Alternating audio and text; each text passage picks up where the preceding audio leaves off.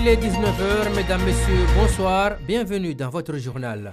Cela fait 2 semaines que les salariés de Somiva sont en grève. Ils réclament notamment une augmentation de salaire en fonction de l'inflation et un 13e mois pour tous.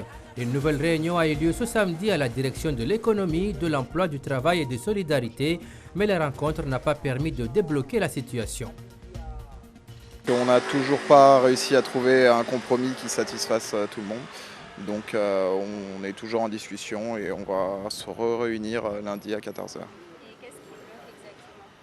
C'est différents points de négociation, surtout l'augmentation des salaires, parce que la situation financière ne nous le permet pas. On ne comprend pas parce que ce n'est pas possible qu'une grande société comme la Somiva puisse se retrouver dans des situations comme ça. Dans ce cas-là, pourquoi il ne montre pas les preuves, tout simplement?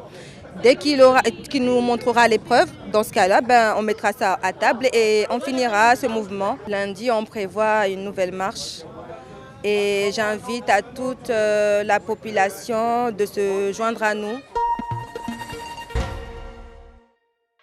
À J-1 de la visite ministérielle, les élus de Mayotte se sont réunis ce matin à la mairie de Mamoudzou. Une réunion de concertation sur les sujets à aborder avec les ministres, parlementaires, maires, le conseil départemental. Chaque groupe d'élus a un sujet précis à défendre devant les ministres. Insécurité, économie, sociale, toutes les problématiques de Mayotte devraient être exposées. Il n'y aura pas de temps à perdre durant cette visite ministérielle. Les élus se sont répartis les tâches et chaque collectivité devra défendre un domaine précis. Le conseil départemental soulèvera les questions socio-économiques. On a un problème de démographie, de décompte de démographie, le fameux recensement à Mayotte ici qui doit être vu, mais tous les problèmes liés à nos infrastructures d'une manière générale, le port, l'aéroport où les Mahorais attendent toujours jusqu'aujourd'hui. Mayotte, zone franche d'activité, on souhaite aussi que ça soit mis en place pour accompagner les entreprises, le maintien du CICE. On ne sait pas quel avenir on va donner au CICE à Mayotte. Tous ces sujets-là doivent être rediscutés. Les maires, quant à eux, doivent évoquer la question de l'insécurité qui a déjà été remontée à plusieurs reprises. En 2020, on a fait 3 jours des assises ici sur l'insécurité.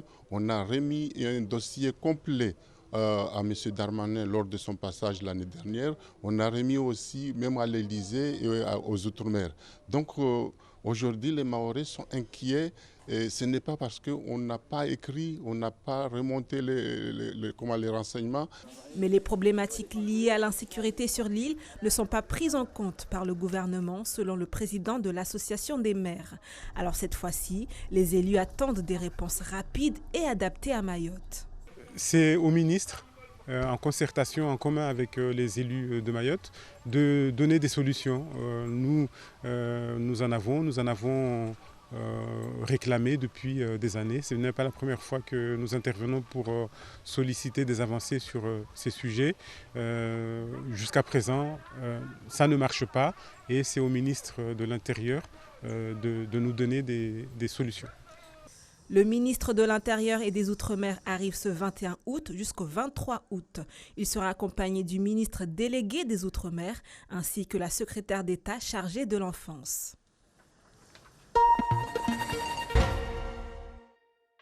Les 41 pompiers de Mayotte, de Polynésie française et de La Réunion luttent en ce moment pour empêcher le feu de repartir en Gironde. Et ce soldat du feu ultramarin arrivé en renfort découvre un terrain très différent de celui sur lequel ils évoluent habituellement dans leur territoire d'origine. Une expérience incroyable pour leur première opération en extérieur. Creuser, tronçonner, évacuer les branchages, arroser, colmater, trouver les points chauds et les éteindre coûte que coûte. Un travail monstre, harassant pour la quarantaine de sapeurs ultramarins venus renforcer les pompiers de l'Hexagone. C'est très physique. Pour l'instant, on dirait le travail qu'on fait, ça finit jamais. Donc c'est très épuisant. Il faut vraiment qu'il y ait plus de fumée qui sort de la terre et tous les pompiers qui sont là, tout leur travail sont vraiment très très importants. On repère le point chaud et ensuite on va venir colmater la terre, faire de la bonne mélasse afin d'utiliser le moins d'eau possible et de noyer le plus possible le point chaud. Plus d'un mois après le début des incendies, le feu est là, toujours là, même s'il ne se voit pas en surface. Plus de flammes, mais des racines qui se consument à tire-larigot. Il fait jusqu'à 800 degrés dans le sol. Les soldats du feu venus d'outre-mer, comme leurs collègues métropolitains et étrangers, ils sont près de 2000 en tout, doivent empêcher la résurgence du feu et sa propagation, le travail le plus ingrat. On est un peu déçus de ne pas avoir eu à éteindre des flammes, mais le travail qu'on est en train de faire, c'est ce qu'il y a de plus important. Ça, c'est pour éviter tout ce qui est reprise de feu. On est fiers de faire un travail super important. Sur les 900 000 hectares de forêt des Landes, 21 000 sont déjà partis en fumée. La tâche est immense. Les spécialistes espèrent que le feu sera définitivement éteint si les pluies reviennent début novembre, pas avant. Pour leur première opération extérieure hors de leur territoire, ces 41 pompiers ultramarins vivent une expérience professionnelle et humaine incroyable. Très fiers pour montrer aux autres, bon voilà, nous aussi on est là, on est utile, on peut aider, voilà, quand on a besoin de nous, on est là et on sera toujours là. Pour nous. Non seulement ça nous fait plaisir, mais c'est une fierté. Non seulement pour nous les sapeurs-pompiers, mais c'est une fierté pour la Polynésie française. Ça nous fait très plaisir parce que bon, on découvre d'autres manières nos camarades pompiers qui viennent d'ailleurs et qui eux aussi découvrent un petit peu notre manière de travailler. C'est une très belle preuve de solidarité et que dans les moments durs, parce que ça reste un moment dur, voilà, même si on est dans notre cœur de métier finalement, d'intervenir quand il y a des événements catastrophiques, cet esprit de solidarité ultramarin avec la métropole, c'est la beauté du geste, voilà, tout simplement.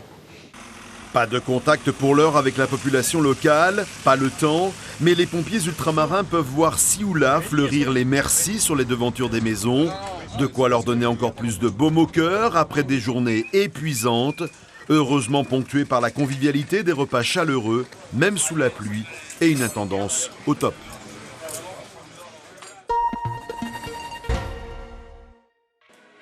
Plus que quelques jours avant la rentrée 2022-2023, le dernier week-end rime souvent avec les achats de fournitures scolaires.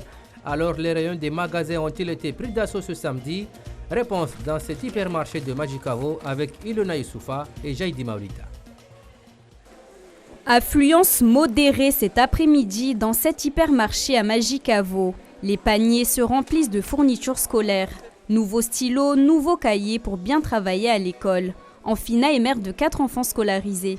J'étais sur Grand Air, donc j'ai pris 2 de mes enfants et voilà, je fais un petit tour comme ça, quoi. Là, je fais des courses un peu au feeling parce que tout simplement, j'ai pas de liste pour tout le monde. Donc voilà, la grande, elle avait une liste, donc c'est fait. Et puis pour les autres, on attend. Puis voilà, je prends des petits trucs où je sais que ça revienne tout le temps. Dans le même rayon, un peu plus loin, il y a Christine. Cette année, elle va en classe de seconde. J'ai déjà acheté quelques tenues. Pour le lycée, on m'a demandé une tenue. Du coup, j'ai déjà acheté, mais pas tout. J'ai pas trouvé tout. Pour l'instant, on est venu chercher des petits trucs de mon frère parce que moi, on n'a pas encore donné la liste. Ça sera à la rentrée. Et la rentrée se prépare aussi du côté des enseignants. Adidja Nabouani est professeure des écoles.